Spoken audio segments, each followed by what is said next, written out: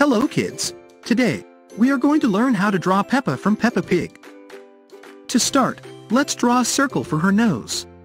Add 2 small dots inside the circle for her nostrils. Then, draw 2 small circles for her eyes and another circle for her pink cheeks. Draw a big C curve for her cute smile. Now, let's draw the face shape.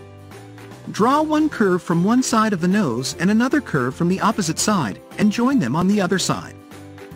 After this, draw 2 reverse U shapes as her ears, and that's how we complete her face. Moving on to her body, let's draw a curve on one side, then draw another curve on the opposite side, and join them together with a straight line.